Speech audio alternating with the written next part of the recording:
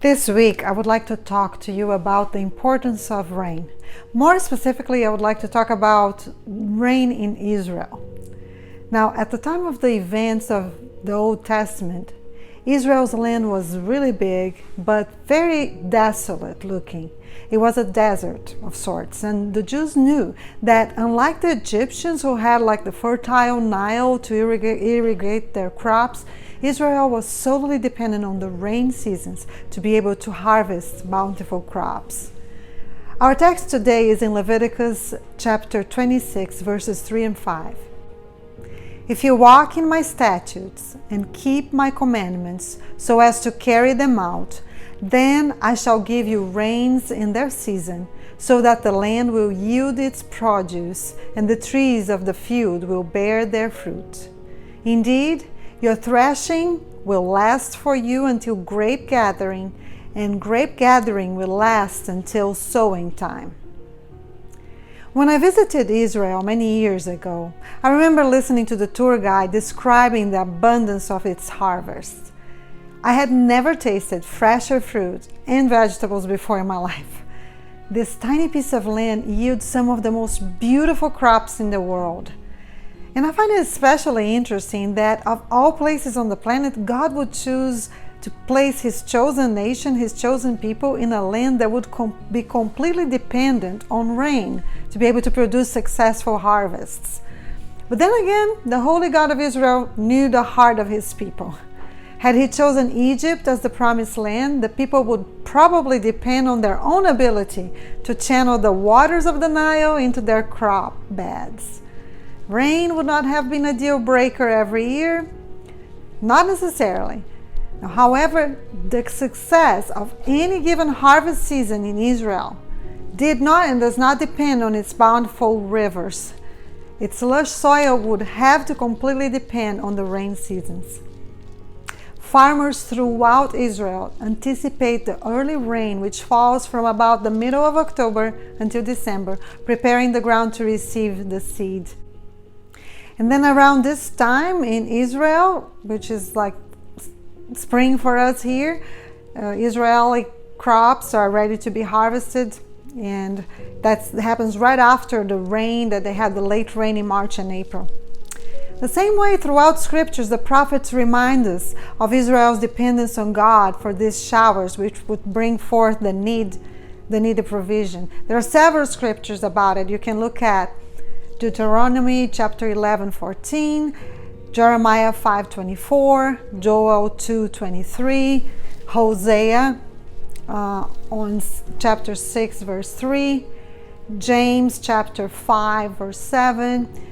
So in each one of these scriptures, God reminds us that He is the one who, quote unquote, causes the rain to fall in due season. Part of God's covenant is that He would be forever Israel's rain giver. But each year's bounty for Israel was dependent on three things. Number one, Israel's faithfulness. Number two, God's merciful rain. And number three, His perfect timing. If He sent the rain 1 month earlier, the soil would not be ready. If He sent it 1 month later, the crops would not survive. It's all about the right timing, which our limited vision will never comprehend. But Isaiah 55 says, "For my thoughts are not your thoughts, nor are my ways your ways, declares the Lord. For as the heavens are higher than the earth, so are my ways higher than your ways, and my thoughts higher than your thoughts." I don't know about you, but the longer I walk closely with the Lord, the more I see the same story repeated in my life. There always seems to be a time of sowing, a time of waiting for the rain, and a time to watch it faithfully fall down from heaven. Sometimes it seems like that rain will never come. We look at the skies filled with clouds, heavy with water, and wonder, will it ever pour down on me? And yet, it always does. During that dreadful time of waiting, we certainly experience anxiety and fear, and we question, sometimes we even rebel against God. I personally have watched my crops dwindle, my hope faint within me, but there's only one thing that I have never, ever experienced, Yahweh, the God of covenant, has never failed me yet. Now you may be going through an anxious time right now while waiting for that October rain to fall upon your dry land. It may be that you are hanging on to as the verse said, the last grapes of your harvest. If that's you today, whether you're waiting on the healing to come or for that prodigal son maybe to come home, whether you're waiting on that job offer or on the waiting to the heartbreak to heal, whether you are in a season of waiting for the rain to fall down and lavish your land, God is not going to be late. I am here to tell you that in due season, He will come to your rescue.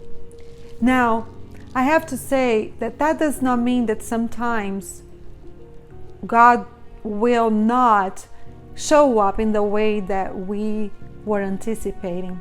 That's why Isaiah 55, 8 and 9 says that His ways are higher than ours and His thoughts are higher than ours. We can't comprehend. We don't understand why sometimes God does not bring the healing. But this is what He brings. He brings Himself. When God does not provide an answer to our prayers, He provides Himself. His grace becomes sufficient. His love becomes the anchor for our hearts and for our minds if we choose to seek Him. So today, my encouragement to you is maybe you are waiting on that October rain to come and prepare your soil for the harvest, to bear fruit. If you are experiencing a time of drought right now in your life, stay close to the Rainmaker. He is faithful. I'll see you next week.